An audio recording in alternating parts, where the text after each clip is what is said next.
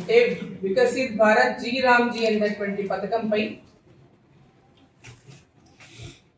వివరాలు మీకు తెలియజేసేందుకు ఈ మీడియా సమావేశాన్ని నిర్వహించడం జరుగుతుంది. దీనిపైన కాంగ్రెస్ ప్రభుత్వం అబద్ధపు ప్రచారాలు చేస్తూ ప్రజలను తప్పుదో పట్టేటటువంటి ప్రయత్నం చేస్తూ ఉందో అది వాళ్ళు చెప్తున్నటువంటి అబద్ధాలను ప్రజలు నమ్మొద్దని వాస్తవాలు ప్రజల ముందు పెట్టడానికి ఈ సమావేశాన్ని నిర్వహించడం జరుగుతుంది. ముఖ్యంగా వికసిత్ భారత్ లక్ష్యంతో నరేంద్ర మోదీ గారు ఇవాళ భారతదేశంలో అన్ని రంగాల్లో అభివృద్ధి జరగాలని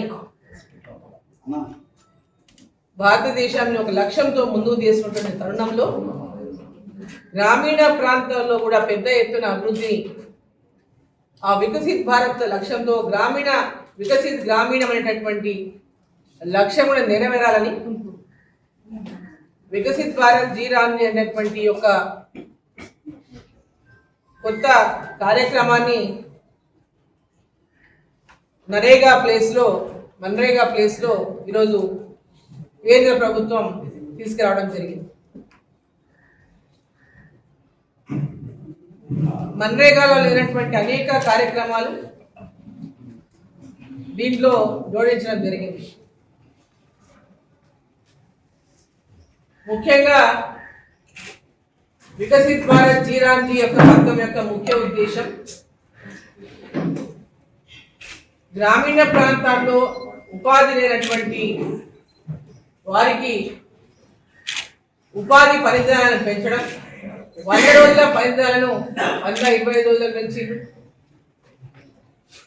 వ్యవసాయ పనులకు ఎలాంటి అడ్డంకి లేకుండా ఉండాలని, ఆ వ్యవసాయ పనుల సమయంలో 60 రోజులు ఖచ్చితంగా బ్రేక్ ఉండాలనేటటువంటి విషయాన్ని దీంట్లో పెట్టిండ్రు. అదేవిధంగా మౌలిక సదుపాయాలు గ్రామాల్లో పెంచాలని, ఎందుకంటే గతంలో మనం మట్టి పనులు తప్ప వేరేగా పెద్ద ఎత్తున వేరే పనులు చేపట్టలేదు.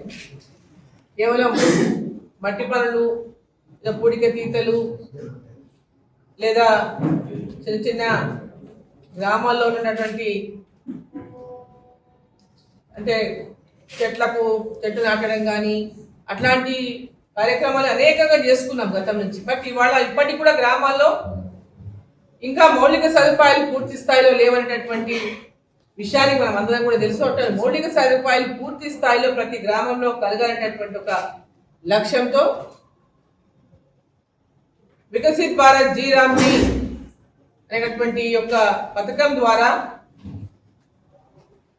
ప్రతి గ్రామంలో అన్ని మౌలిక సదుపాయాలు ఏర్పాటు చేయాలని, దాంట్లో గ్రామ పంచాయతీలో గ్రామ సభల ద్వారా పనులను నిర్ణయించి ఒక యాక్షన్ ప్లాన్ చేసుకొని ఆ ఒక్కొక్క పనిని గ్రామంలో చేసుకుంటూ ఆ గ్రామాన్ని పూర్తిగా మౌలిక సదుపాయాలు అనేది ఇవ్వడానికి గ్రామ పంచాయతీ భవనమే కావచ్చు, అంగన్వాడీ భవనమే కావచ్చు. చాలా గ్రామాల్లో ఇప్పటికీ గ్రామ పంచాయతీ భవనాలు లేవు. చాలా గ్రామాల్లో ఇప్పటికీ అంగన్వాడీ భవనాలు లేవు, అంగన్వాడీలకు టాయిలెట్లు లేవు, స్కూల్స్లో అదనపు గదులు చాలా చోట్ల రిక్వైర్మెంట్ ఉన్న అదనపు గదులు లేవు. ఇట్లా గ్రామాల్లో అనేక మౌలిక సదుపాయాలకు అవసరం సంబంధించినటువంటి ఆయా గ్రామంలో ఒక్కొక్క గ్రామంలో ఒక రకమైనటువంటి సదుపాయం ఉంది. ఇంకో రకమైనటువంటి సదుపాయం కోసం ఎన్నో ప్రయత్నం చేసినా వాటి రానటువంటి పరిస్థితులు ఎందుకు. అటువంటి మౌలిక సదుపాయాలన్నీ ప్రతి గ్రామంలో కల్పించేటటువంటి అవకాశాన్ని కల్పిస్తూ ఈ వికసిత్ భారత్ జీ రామ్జీ అనేటువంటి పథకాన్ని ఈరోజు కేంద్ర ప్రభుత్వం మన పార్లమెంట్లో పాస్ చేయించి ఈరోజు ఇంకా బ్రహ్మాండంగా ఈ పథకాన్ని నిర్వహించాలనేటటువంటి విధంగా ఇవాళ నూతనంగా ఈ జీ రామ్జీ పథకాన్ని తీసుకురావడం జరిగింది. ఇంతకుముందు మనకు పని చేసిన తర్వాత డబ్బులు ఎన్నాళ్లకో ఎన్నో రోజులకో ఎదురు చూసేటటువంటి పరిస్థితి ఉండేది. 15 రోజుల లోపల వాళ్ళకందరికీ కూడా చెల్లింపులు చేయాలని, డిజిటల్ చెల్లింపులు చేయాలనేటువంటి నిర్ణయం కూడా దీంట్లో తీసుకోవడం జరిగింది. పని కల్పించకపోతే వాళ్ళు అప్లికేషన్ అంటే గ్రామాల్లో ఉన్నటువంటి ఉపాధి కూలీలు పని కోసం వాళ్ళు దరఖాస్తు పెట్టుకున్న తర్వాత పని కోసం వాళ్ళు తీర్మానం చేసుకున్న తర్వాత 15 రోజుల లోపల కనుక పనిని వాళ్ళకి పెట్టకపోతే కూడా దాని మీద రాష్ట్ర ప్రభుత్వం పెనాల్టీ చెల్లించాలనేటువంటిది కూడా దీంట్లో పొందుపరచడం జరిగింది.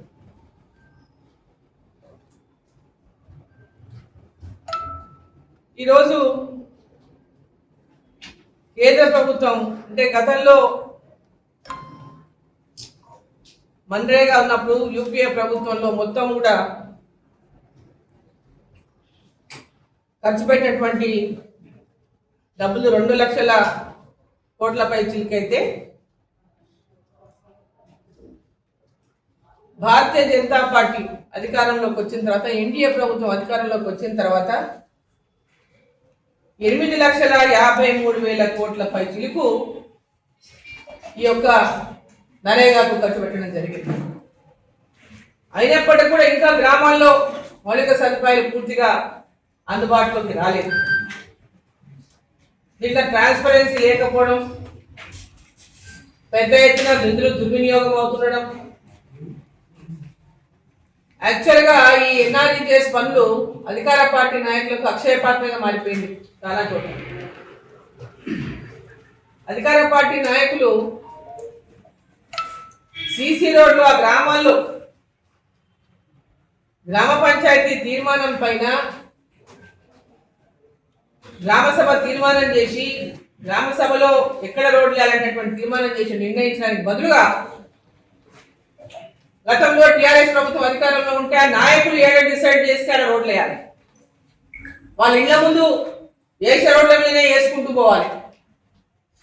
వాళ్ళ తోటలకు రోడ్లు వేసుకున్నారు, వాళ్ళ ఇండ్లకు రోడ్లు వేసుకున్నారు, తోటల పొలాల కాడ వాళ్ళ ఇళ్ళకు కూడా రోడ్లు వేసుకున్నారు తప్ప గ్రామాల్లో ఉన్నటువంటి గ్రామ ప్రజలకు పూర్తి స్థాయిలో మౌలిక సదుపాయాలు అందేటటువంటి ప్రయత్నం చేయలేదు.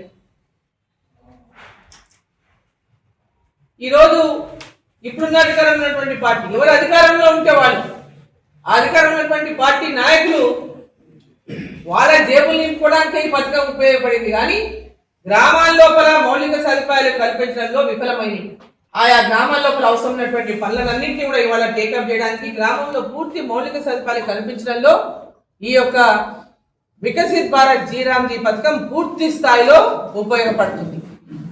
దీన్ని కాంగ్రెస్ పార్టీ రాజకీయం చేయడానికి, ఎందుకంటే ఏది చేసినా దాన్ని తప్పు పట్టడం, ఏ మంచి పని చేసినా దాన్ని తప్పు పట్టి దీంట్లో మహాత్మా గాంధీ పేరు లేదని ఎవరైనా వీళ్ళు మహాత్మా గాంధీ పేరు ఊళ్ళలో ఉచ్చరించిందా ఎంఎన్ఆర్ఎస్జిఎస్లో? ఎవరైనా ఇప్పుడు ఉన్నటువంటి మాట్లాడే నాయకులు ఎవరైనా మాట్లాడిందా? ఈరోజు మహాత్మా గాంధీ పేరుతోనే స్వచ్ఛ భారత్ ని ప్రారంభం చేసింది నరేంద్ర మోదీ గారి ప్రభుత్వం అధికారంలోకి వచ్చినప్పుడే. గ్రామాల్లో స్వచ్ఛమైనటువంటి వాతావరణం నెలకొల్పడానికి ఈరోజు గాంధీజీని స్ఫూర్తిగా వారి ఫోటోతో సహా స్వచ్ఛ భారత్ లో ఉపయోగించుకుంటాం మేము వాళ్ళు. వాళ్ళ చివరి మాటలు గాంధీజీ చివరి మాట్లాడినటువంటి హే రామ్ అనేటటువంటి మాటలు దీన్ని జోడించే విధంగా జీరామ్ చేసేటువంటి పథకానికి ఈరోజు వికసిత్ భారత్ జీరామ్ అనేటటువంటి పేరు ఈ పథకాన్ని పెడితే వాళ్ళకు ఉన్నటువంటి బాధ ఏందని అర్థం కావాలి. వికసిత్ భారత్ లక్ష్యం తప్ప మహాత్మా గాంధీ పలికినటువంటి హే రామ్ అనేటటువంటి పదాలు తప్ప దేనికోసం వాళ్ళ ఆక్షేపణ? గతంలో కంటే మెరుగైనటువంటి విధంగా ఈ పథకాన్ని ఇంప్లిమెంట్ చేయడం తప్ప ప్రతి గ్రామాన్ని వికసిత్ గ్రామంగా తీర్చిదిద్దడానికి కేంద్ర ప్రభుత్వం తీసుకొచ్చినటువంటి పథకం తీసుకురావద్దన్న వాళ్ళ ఉద్దేశము. దేనికోసం వాళ్ళ బాధ, దేనికోసం వాళ్ళ కడుపులో నొప్పి?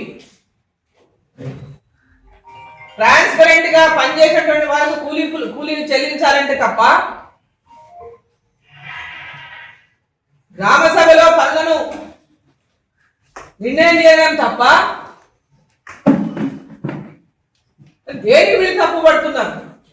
మాకంటే కేవలం 5 కోట్లు ఉంటుంది 7 నియోజకవర్గాలకు. ఒక్కొక్క ఎమ్మెల్యేకి స్పెషల్ డెవలప్మెంట్ ఫండ్ కింద ముఖ్యమంత్రి గారు ఓన్లీ కాంగ్రెస్ ఎమ్మెల్యేలకు, కాంగ్రెస్ పార్టీలో టీఆర్ఎస్ పార్టీకి వెళ్ళి చేరిన ఎమ్మెల్యేలకు 5 కోట్లు 10 కోట్లు ఇస్తున్నారు. అదే బీఆర్ఎస్ వెళ్ళి కాంగ్రెస్ లో పోయిన వాళ్ళకు కూడా నిధులు ఇచ్చిండ్రు. కాంగ్రెస్ పార్టీలో ఉన్న వాళ్ళకి మాత్రమే ఇస్తున్నారు. ఇక్కడ కేంద్ర ప్రభుత్వం 6 పార్టీ ఎంపీస్ ఏ పార్టీలో గెలిచిన ఎంపీ అయినా ఖచ్చితంగా ప్రతి ఎంపీకి ఎంపీ ల్యాడ్స్ కింద 5 కోట్లు కేంద్ర ప్రభుత్వం ఇస్తా ఉంది. మరి ఇక్కడ ముఖ్యమంత్రి ఎందుకు ఇస్తలేడు అట్లా? ముఖ్యమంత్రి గారు కూడా అందరు ఎమ్మెల్యేలకు సమానంగా నిధులు ఎందుకు ఇస్తలేరు? గ్రామాల అభివృద్ధి కోసం ఎక్కడ పోతే అక్కడ ఏదైనా చిన్న చిన్న చితక పనులు అడిగినప్పుడు ఆ పనులు కొంత ఎన్ఆర్ఈజీఎస్ కనుక కొంచెం మ్యాచ్ చేస్తే ఇంకా గ్రామాల్లో పెద్ద ఎత్తున అభివృద్ధి అవుతుంది. 40% నిధులు కేంద్ర ప్రభుత్వం, 60% నిధులు కేంద్ర ప్రభుత్వానికి, 40% నిధులు రాష్ట్ర ప్రభుత్వాన్ని జోడించాలంటే మీకు ఉన్నటువంటి అభ్యంతరం ఏంటి? నిధులేమి తక్కువ కాలే, కేంద్రం నుంచి ఇంకా 300 కోట్లకు పైగానే ఎక్కువ వచ్చినాయి మనకి. రేపు బడ్జెట్ ఇంకా ఎక్కువగా వచ్చు కాక, కానీ మీరు ఏదో తగ్గిపోయినటువంటి భావన కల్పించి ప్రజలను తప్పుదో పట్టించేటటువంటి ప్రయత్నం ఏదైతే చేస్తున్నారో అది 100% తప్పని చెప్పి సందర్భంగా నేను తెలియజేస్తాను. మీరు 40% నుంచి గ్రామాల్లో పర్యవేక్షణ చేయండి. ఎన్ఆర్ఈజీఎస్ లో పనులు చేసినా పర్యవేక్షణ లేదు. మరేగా కేంద్ర ప్రభుత్వం వాళ్ళు వచ్చిన సోషల్ ఆడిట్ ఎవరైనా వస్తే ఇక్కడ ఉన్నటువంటి వాళ్ళను ఎక్కడెక్కడ వాళ్ళ బుద్ధిపుంటే అక్కడ తిప్పి పంపిస్తారు. రాష్ట్ర ప్రభుత్వం యొక్క బాధ్యత లేదా దీంట్లో? ఎక్కడైతే అవినీతి జరిగిందో అవినీతిని అరికట్టేటటువంటి ప్రయత్నం రాష్ట్ర ప్రభుత్వం బాధ్యత కదా. ఆ దిశగా ప్రయత్నం చేసి ఈ యొక్క నిధులన్నింటిలో సద్వినియోగం చేసుకొని ప్రతి గ్రామం కూడా పూర్తి మౌలిక సదుపాయాలతో గ్రామాలు అభివృద్ధి చెందాలని కేంద్ర ప్రభుత్వం, నరేంద్ర మోదీ గారి ప్రభుత్వం గ్రామం యొక్క అభివృద్ధి కాంక్షించి వికసిత్ భారత్ జీరామ్ అనేటటువంటి కార్యక్రమాన్ని తీసుకొస్తే మీకున్నటువంటి ఇబ్బందులేమో ఇప్పటికీ మాకు అర్థమైతలేదు. ఓర్వలేకపోతున్నారా మీరు? దాంట్లో రామ్ అనేటటువంటి పేరు చూసి మీరు ఓర్వలేకపోతున్నారా? మరి మహాత్మా గాంధీ హే రామ్ అన్నాడు, మరి మీరు దేనికోసం మీరు ఓర్వలేకపోతున్నారు? ప్రజలను తప్పుదో పట్టియొద్దండి. ఈ పథకాన్ని పూర్తి స్థాయిలో రాష్ట్ర ప్రభుత్వం విజయవంతం చేసి గ్రామం యొక్క పూర్తిగా మౌలిక సదుపాయాలు గ్రామాల్లోకి అయితే ఎక్కడ గ్రామ పంచాయతీ భవనాలు సరిగ్గా లేవు. గ్రామాలకు వెళ్తే అంగన్వాడీ బిల్డింగులు లేవు అనేక గ్రామాలలో. స్కూళ్ళలో అదనం గదులు అడుగుతుంటే ఒక్క గది ఇచ్చిన పాపన ఓలే. గతంలో టీఆర్ఎస్ ప్రభుత్వం ఇలేవి లక్షల 2 నెలలు కూడా ఒక్క స్కూల్ కూడా ఒక తరగతి గది అదనపు తరగతి గది ఇవ్వలేదు. కేంద్ర ప్రభుత్వంలో వచ్చినటువంటి పిఎంసి స్కూల్ తప్పితే ఒక్క స్కూల్లో కూడా ఎక్కడైతే రిక్వైర్మెంట్ ఉందో స్కూళ్ళలో పిల్లల యొక్క